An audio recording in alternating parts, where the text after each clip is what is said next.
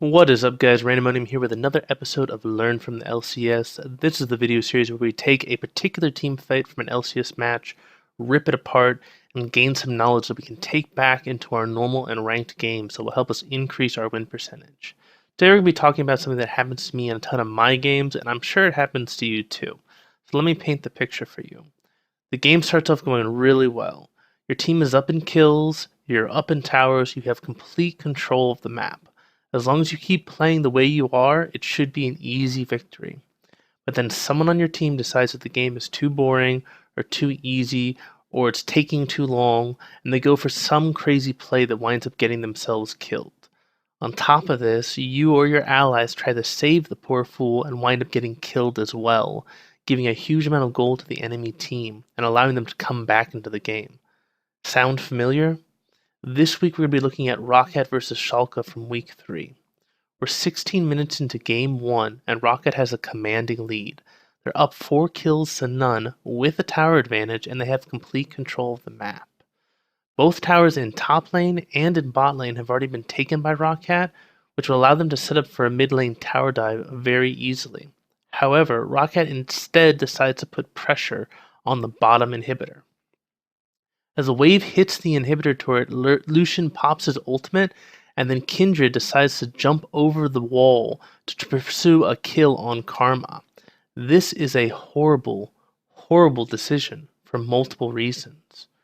First off, you should never tower dive with an equal number of people as the enemy team, especially against an inhibitor turret, and especially at the 16-minute mark.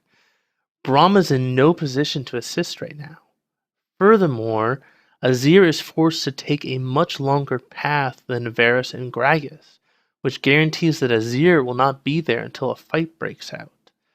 Finally, while Roccat has many wards in Schalke's blue side jungle, they don't have a ward that would spot out Schalke's easiest rotation to stop that play, which would be a ward near the middle inhibitor for Schalke. As the dive continues, the inhibitor nearly 100-0s Lucian, forcing him out of the fight before he can do any damage. While Kindred does get the kill, she's guaranteed to die for this.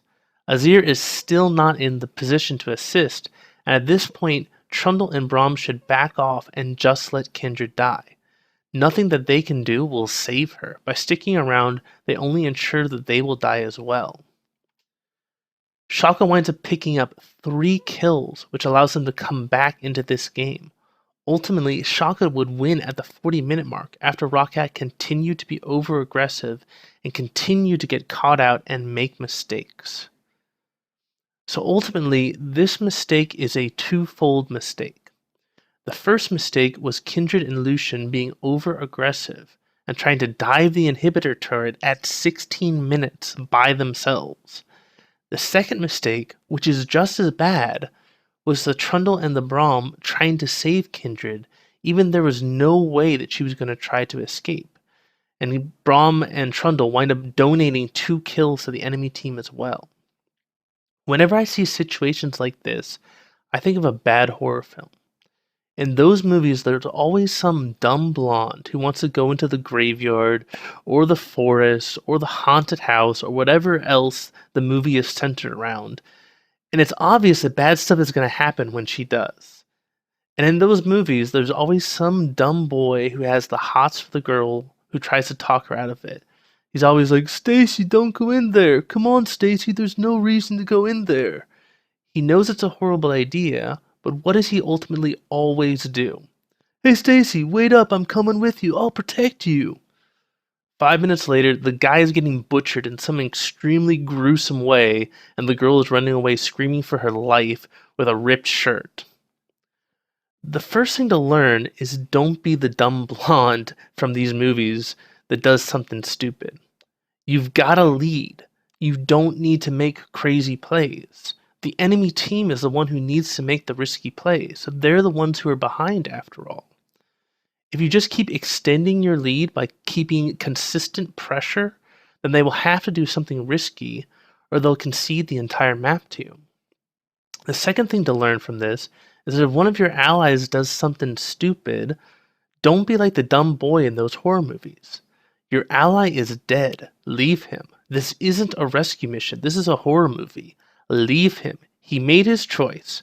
Don't give the enemy team more gold for his mistake. If Roccat had only given up 1 kill, then they still would have had complete control of the game, but instead they gave up 3 kills, which allowed Schalke to come back. Finally, there was no reason to dive the tower. Like we've discussed before, kills don't win games.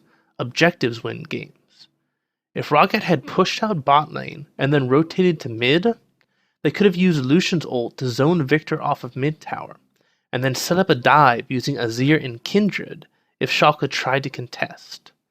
Once they had taken mid outer turret, Schalke have rotated to Rift Herald before it despawned, give that to Trundle to make him more of a split push monster, and then had even more control over the map. From there, Roccat would have had complete control of Schalke's jungle. They could starve the Gragas farm and begin setting up for an early Baron to close out the game.